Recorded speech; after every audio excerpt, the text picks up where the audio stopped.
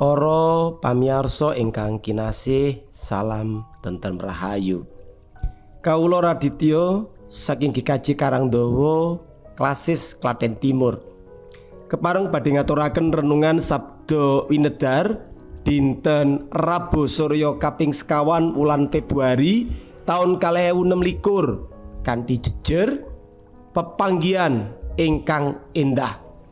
Maosan kitab suci saking Kitab Rut bab 3 ayat 1 dumugi 13 lan Kitab Rut bab sekawan ayat 13 dumugi 21 lan ugi Kitab Jabur 37 ayat 1 dumugi 17 sarta Injil Lukas bab 6 ayat 17 dumugi ayat 26.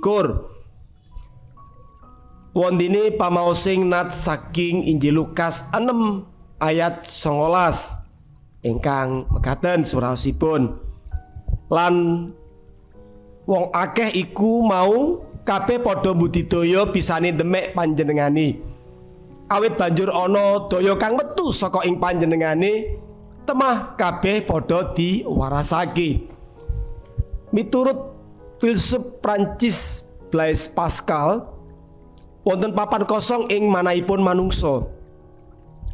Kekosongan menika namung saged dipun isi kalian Gusti Allah.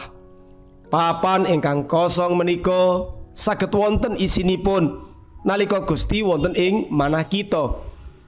Saking waosan Lukas 6 ayat 17 dumugi 26, kita saged menangguli kathah tiyang ingkang sowan kangge pepanggihan kalian Gusti Yesus. Tiang-tiang menika sowan kanthi bekta mawarni-warni momotan. Wonten ingkang sami, ananging wonten ugi ingkang benten.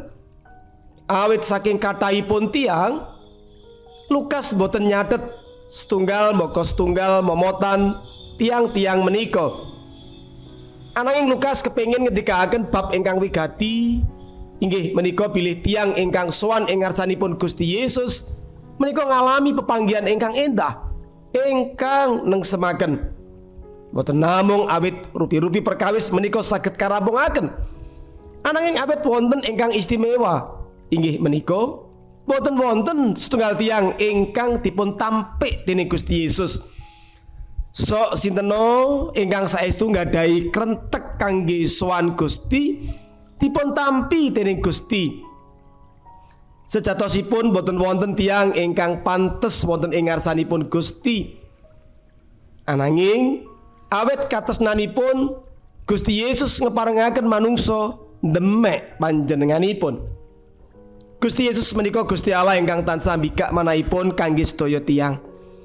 Pepanggihan kalian Gusti Yesus menika saestu istimewa. Awit piyambakipun boten namung saged paring pangluaran saking perkawis ing gesang, ananging ugi kepareng ngiseni papan kosong ingkang wonten ing manah lan gesang kita. Sumangga tansah mligikaken wekdal kangge pepanggihan secara pribadi kalian Gusti ing saklebeting pandonga lan pamaosing kitab suci. Amin. Monggo kita ndedonga.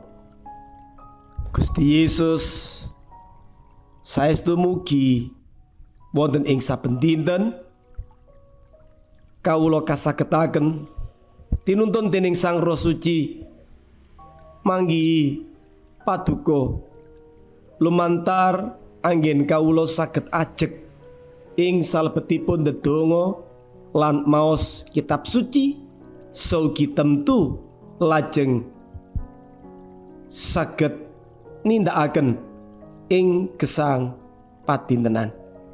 Matur nuwun Duh Gusti.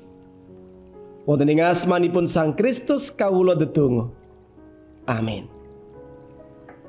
Mekaten renungan Sabda Winedhar ingkang sampun kawula aturaken, mugi dadosaken berkah dumateng kita sedaya, saged nglampahi gesang kanthi kebak kawilujengan. Gusti berkahi. Amin.